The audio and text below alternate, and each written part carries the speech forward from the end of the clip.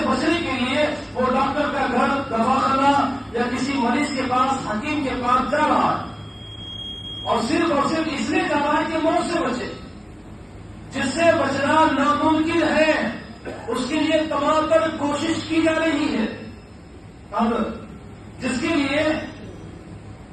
سے بچنا ممکن ہی نہیں ہے، جس سے بچنا ممکن نہیں ہے، موت سے بچنا. یاد رکھیے، دیکھیے بھائی، وہ اپنا کام کرے، آپ اپنا کام کیجیے. لہذا موت سے کوئی بچ نہیں سکتا.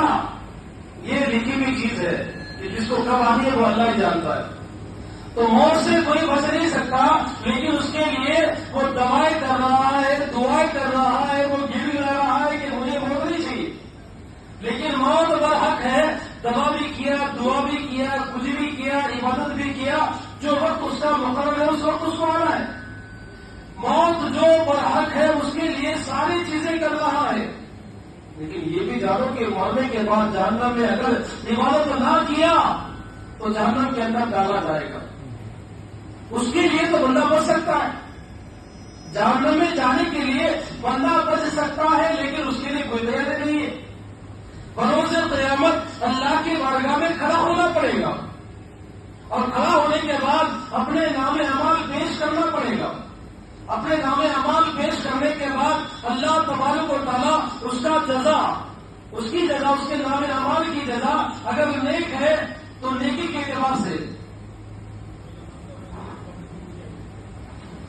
تو باہر کے جو لوگ ہیں ان سے یہ گزارش ہے کہ انشاءاللہ تبارک و تعالیٰ اگر جگہ نہ ہو تو انشاءاللہ دوسری جماعت بھی کی جائے گی. لہذا اطمینان سے اپنی جگہ پر کھڑے رہے. اگر جگہ نہ ملی ہو تو اپنی جگہ پر کھڑے رہے. انشاءاللہ ہمارے رسول کے مطابق ہمارا بھی وقت مکمل ہو رہا ہے.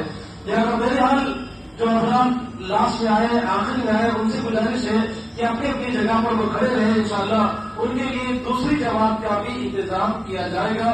لہذا جو نماز پڑھ رہے انہیں تکلیف نہ دے، ادب سے، احترام سے اپنی جگہ پر کھڑے رہے. بہرحال میں یہ عرض کر رہا تھا، ایک جملہ کے چند عرض کر دوں کہ موت برحق ہے، موت کے لیے تدابیر کی جاتی، اور جہنم میں جانے کے لیے یا جنت میں جانے کے لیے دو راستے ہیں، ایک تو اچھائی کا، ایک برائی کا. اگر وہ جنت میں جانا چاہتا ہے تو اس کے لیے اس کے دل کے اندر وہ اپنے دل کے ذریعے، اپنے عبادت کے ذریعے، اپنے ذکر اذکار کے ذریعے، اچھے اعمال کے ذریعے، اخلاق کے ذریعے، اپنے حسن اخلاق کے ذریعے اللہ کے فرمان پر عمل کر کر، حکم خدا پر عمل کر کر وہ اپنے آپ کو سدھار کر وہ جنت میں جانا چاہتا ہے. تو جہاں پر بننے والی چیز ہے وہاں پر بندہ تھک ہو کر بیٹھا ہے، اور جو چیز نہیں ہونے والی اس کے لیے وہ کوششیں وہ لگائے. بہرحال میرے آقا صلی اللہ علیہ وسلم کے پیارے دیوانوں، اللہ کی بارگاہ میں یہی دعا ہو کہ اللہ تبارک و تعالیٰ ہم تمام کو اچھے عمل کرنے کی توفیق و رضی عطا فرمائے. اللہ رب العزت ہم تمام کے علم عمل میں توفیق و رضی عطا فرمائے.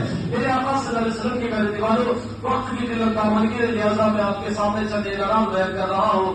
جس طریقے سے آپ کو بتایا گیا تھا کہ ماہ رمضان مبارک کے اندر بہت سارے لوگ ہیں کہ جنہوں نے مسجد کے ساتھ اور مسجد کے احترام میں جو نماز پڑھنے آتے، مسجد کے اندر جو نماز پڑھنے آتے، ان تمام کے ساتھ بہت اچھا عمل کیا کہ جس کی وجہ سے اللہ تبارک و تعالیٰ ان بندوں کے سبب اللہ تبارک و تعالیٰ نے مسجد کو روشن کیا، اور جن کی وجہ سے کچھ ایسی بھی کہ جن کی وجہ سے دھوپ کے اندر جو لوگ نماز پڑھ رہے تھے ان کے لیے بھی جنہوں نے شامیانہ لگا کر، مثال کے طور پر میں بتا دوں کہ میں نام نہیں لینا چاہتا تھا، لیکن دیکھیے اللہ تبارک و تعالیٰ کا اتنا احسان عظیم ہے کہ شروع رمضان سے لے کر آج تک یا اور دنوں تک اس مسجد کو چاروں طرف سے سجانے کے لیے داؤد بھائی سائی نگر انہوں نے پوری ذمہ داری لی تھی.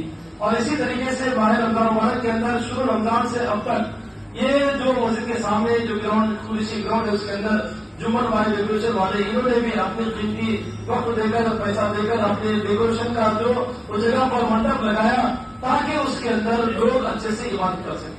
ان دونوں نے اور بھی بے شمار حضرات ہیں کہ اپنے اپنے طور پر تھوڑے تھوڑے عمل کر کر، جیسے ظہیر بھائی جو ماکہ میں رہتے ہیں اور امام بھائی، انہوں نے مسجد کے اندر افطاری کا کچھ انتظام کیا اللہ تبارک و تعالیٰ ان تینوں چاروں جن لوگوں نے اس طریقے سے عمل کیا اللہ تبارک و تعالیٰ کے بارگاہ میں دعا ہو کہ اللہ تبارک و تعالیٰ ان کے علم عمل عزت شہرت دولت تمام چیزوں کے اندر برکتیں اور رحمت عطا فرمائے. میرے آقا صلی اللہ علیہ وسلم کے میرے دیوانوں انشاءاللہ تبارک و تعالیٰ دوسرا ضروری لفظ یہ کہ جس طریقے سے عید کی نماز پچھلے سال میرے گھر پہ 8 ساڑھے 8 کی ہوئی تھی، تو اسی طریقے سے اس سال بھی 8 پہلی جماعت 8 کی، دوسری جماعت 8:30 کی ہوگی. آپ حضرات سے گزارش ہے کہ اپنے وقت کے مقررہ پر تشریف لائیں، لہٰذا جو کچھ بھی اس کے اندر تبدیلی اگر ہوگی تو آپ کو اور بھی بتا دیا جائے گا. اللہ تعالیٰ کے بارگاہ میں دعا کہ اللہ تبارک و تعالیٰ ہم تمام کے علم عمل و ترقی عطا فرمائے برحمتہ یا ارحم الراحمین. تمام حضرات سے گزارش ہے کہ ایک دفعہ آپ اٹھ کر کھڑے ہو جائیں.